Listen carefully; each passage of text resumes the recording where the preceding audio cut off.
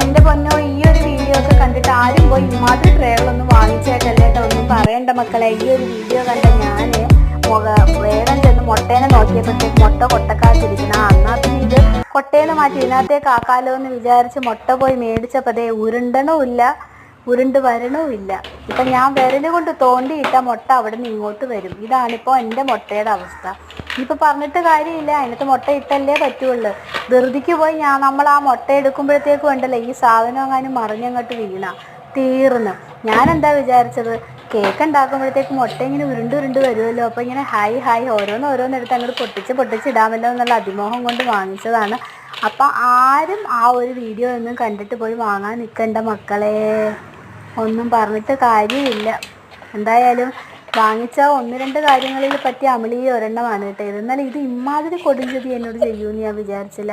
അപ്പോൾ ഇത് ഉപകാരപ്പെട്ടെങ്കിലേ ഒന്ന്